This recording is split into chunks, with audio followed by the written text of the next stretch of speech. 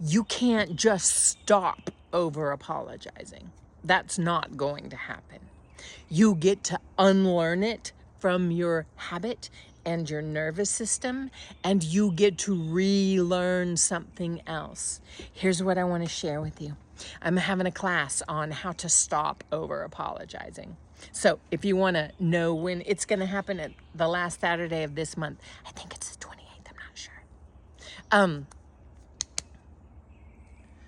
Listen, you are going to do the thing you decided you didn't want to do because habit.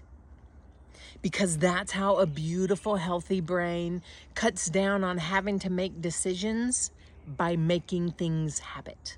All right. So here's how I want you to think about when the old thoughts show up back in your head, because they're going to. They may, after a time, never come back, or they may come back. The difference is you're not being led around by your nose hairs. Here's how I like to think about it. When I had 2 girl dogs, and they would ride with me in the car to the grocery store when it was a nice, beautiful day when dogs could be in the car. I would go into, now I am not a dogs in the front seat mama. I am a all the dogs in the back seat all day long kind of dog mama. Okay, so I would go into the store and I would come back out, and they would both be sitting in the front seat, just happy as they could be, looking at everybody, smiling.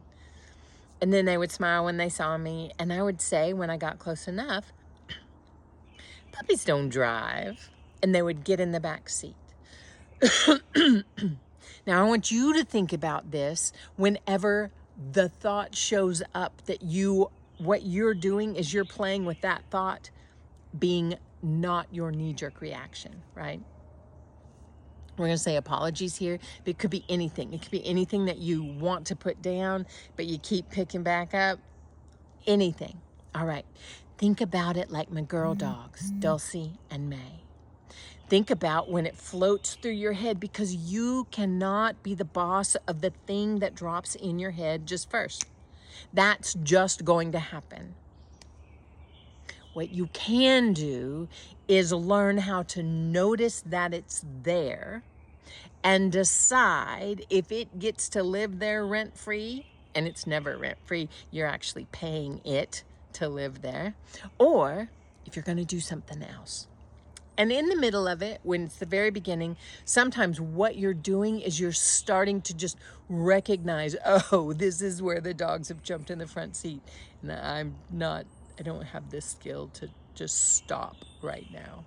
But I can notice it, because noticing is a win. So I guess this video has two tipperoonies. Oh, by the way, I'm Brandy Moran. I'm a mindset mentor and a body sensation defunculator. What we do is we take these stories that you have attached to these sensations in your body that you call fear, or that you can't, or that you won't, or the ways you play small. And you've been taught to be this way, friend. It wasn't a mistake, right? It was on purpose. And you get to choose that you're going to do something different now.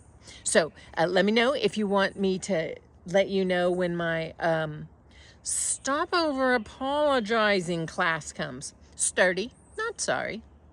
It'll be the end of this month. It is July 2025. And I am madly in love with you.